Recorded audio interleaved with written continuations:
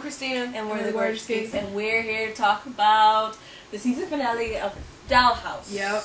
And, well, it's the first season of it, so let's just review it all together as a show. It was amazing. It was a really good show. It was Joss Whedon greatness once again. Mutant Enemy coming back. Joss Whedon is just one of the best writers, period, for anything. And I will watch anything with his actors in it, just about. Erica Dushko, I mean, she's a former Slayer. I totally expected her to kick butt once again. well, quite a few people who have been in his previous shows do reappear. Some cast from the Serenity, people from Serenity, people from Angel. They're really great cast we got going on here, and the storyline by itself. Well, Dollhouse is about a company, an organization, a place.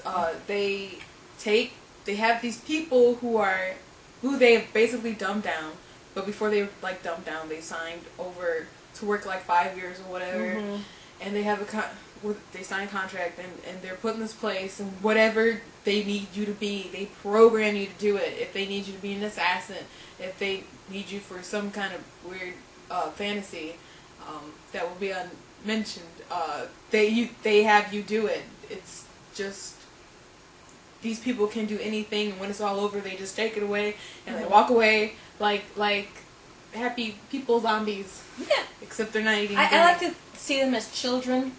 Maybe a couple 4-year-old children running around. They just don't, they know the basics and everything, but they don't really know what's going on. You basically can tell them what to do and stuff. So I think the show is really cool. Every the first episode, I'm not gonna lie, it was okay. I'm like, okay, this is an okay show, but as it progressed, I'm like, I can't believe they just tricked me like that. And then it just continuously goes on. You cannot trust what's in front of you as with anybody. Right. Everyone is something that you weren't expecting.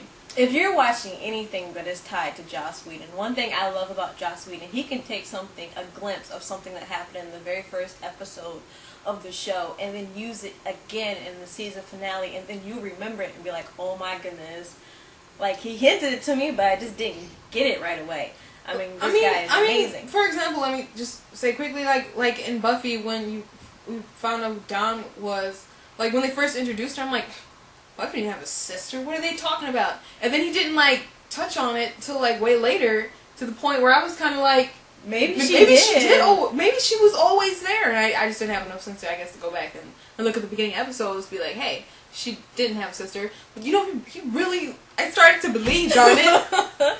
Started to believe things we knew were true. This is the magic that Joss Whedon holds. Joss Whedon should just, write everything.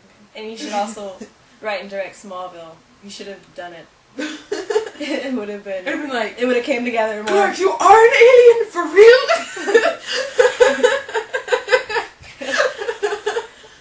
That's how good Joss Whedon is. That is. Yeah. But back to Dollhouse, there's this big bad villain. Well, first of all, there's an FBI agent who everyone thinks is crazy, who knows the Dollhouse is real. I really don't like him. He annoys me. Well, that is a problem with Dollhouse. He looks like a dinosaur. A dinosaur? What? Yeah. Which one? A Goomba?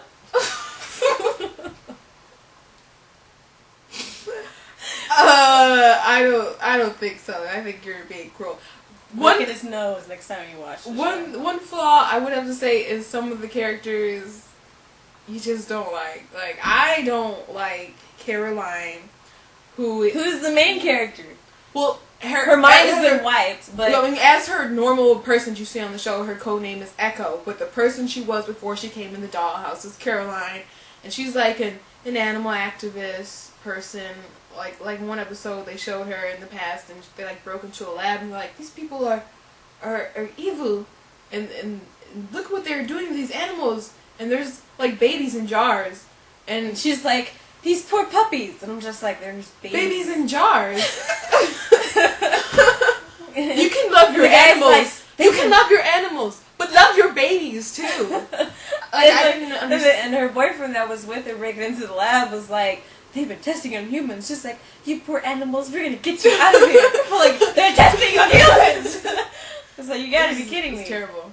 And cause she's one of those people that, like start the horror film, that break into the lab and release the evil monster. Yes, it was bad for the company to make the evil monster, but you don't release the evil monster. You do not. And she's just one of those people, So. And so I don't care for her. You want them to take down the dollhouse, I guess. I think it's kind of cool. I mean, because it's wrong. It's a controversial issue, but in the same way, you want to see them do cool things. Like in one episode, they made Echo a woman who was murdered, and she went to go solve her murder. Yeah, I'm like, wow, that's super interesting. It proved to be really interesting. Yeah.